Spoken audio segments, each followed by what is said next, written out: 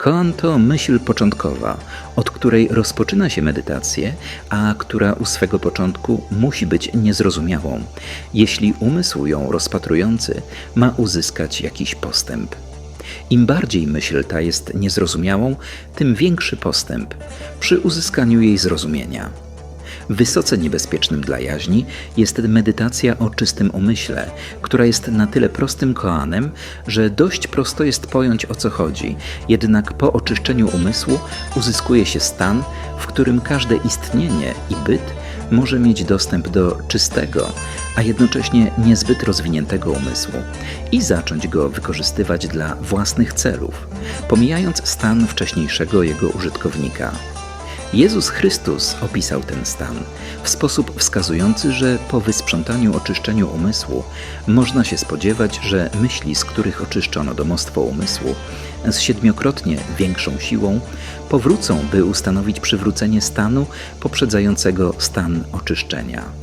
Wynika z tego jasno, że trzeba pojmować stan aktualny, podejmując medytację, uzyskiwać jakiś kierunek postępu poprzez jego zwrot w jakąś stronę i utwierdzenie się w tym, że nie przeczy on gruntowi stanu początkowego, z którego wyrasta.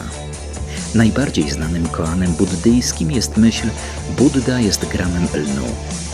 Natomiast chrześcijaństwo może nieść bardziej komplementarne podejście do koanu i przynieść bardziej dalekowzroczne efekty medytacji.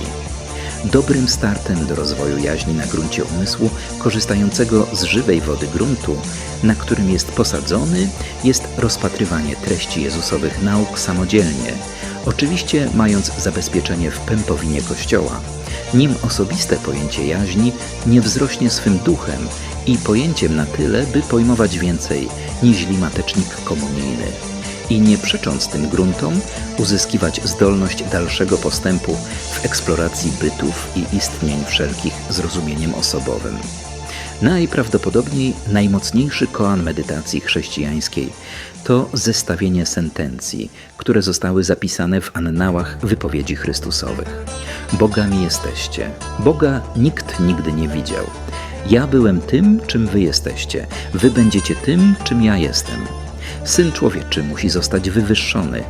Należy przy tym pamiętać, że postęp jaźni na bazie medytacji jest indywidualny i błędem by było znaczącym starać się swoją jaźń uznać za wzorcową dla kogokolwiek lub czegokolwiek. Można podzielić się duchem wskazującym kierunek, lecz indywidualny cel jaźni jest dostępny tylko jej i w tym względzie niepodzielny. Być Bogiem w duchu chrześcijańskim to respektować wolność woli każdego istnienia i gotowość jej wzmacniania w jej właściwy sobie sposób, bez wpływania na jej indywiduum. I to by było w zasadzie na tyle. Na koniec przykład koanu bez podbudowy ducha religijności u podstawy. Nie było mnie przed urodzeniem, nie będzie mnie po śmierci. Dla jakiej przyczyny łączę swym istnieniem te dwa stany? Zaś koan postaci znanej pod imieniem Satyry brzmi: po co ja właściwie wysłuchałem tych andronów? Czy ja nie mam w życiu nic lepszego do roboty, tylko wysłuchiwać jakichś pierdół i chłopskich filozofii? A koan is the initial thought with which meditation begins, and it must be incomprehensible at its inception if the mind considering it is to make any progress. The more incomprehensible the thought, the greater the progress in gaining understanding.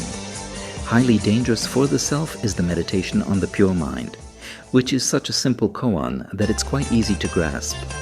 However, after the mind is purified, one achieves a state in which every being and entity can access a pure, yet not very developed mind, and begin to use it for their own purposes, bypassing the state of its previous user. Jesus Christ described this state in a way that indicates that after the mind is purified, the thoughts from which the mind's dwelling has been purified can be expected to return with sevenfold force to establish a restoration of the state that preceded the purification. It clearly follows that one must understand the current state, and by undertaking meditation, achieve some direction of progress, by turning it in some direction, and confirming that it does not contradict the ground of the initial state from which it grows. The most famous Buddhist koan is the thought, Buddha is a gram of flax. Christianity, on the other hand, may offer a more complementary approach to the koan and bring more far-sighted effects of meditation. A good start to the development of the self on the basis of a mind drawing on the living water of the ground on which it is planted is to consider the content of Jesus' teachings independently, of course with the security of the umbilical cord of the Church, until the personal concept of the self grows in spirit and conception enough to comprehend more than the communion, and without contradicting this ground, acquire the ability to further progress in the exploration of all beings and existences with personal understanding. Perhaps the most powerful koan of Christian meditation is a compilation of maxims recorded in the annals of Christ's sayings. You are God's. No one has ever seen God. I was what you are. You will be what I am. The Son of Man must be exalted. It is important to remember that the progress of the self, based on meditation, is individual, and it would be a significant mistake to try to consider oneself as a model for anyone or anything. One can share the spirit that guides one, but the individual purpose of the self is accessible only to it, and, in this respect, indivisible. To be God in the Christian spirit means respecting the freedom of will of every being and the willingness to strengthen it in its own way without affecting its individuality. And that would be essentially all.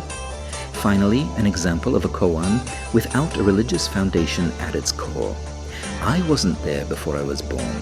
I won't be there after I die. Why do I connect these two states with my existence? And the koan of the character known as Satya is, why did I listen to these androns? Don't I have anything better to do in life than listen to some bullshit and peasant philosophy?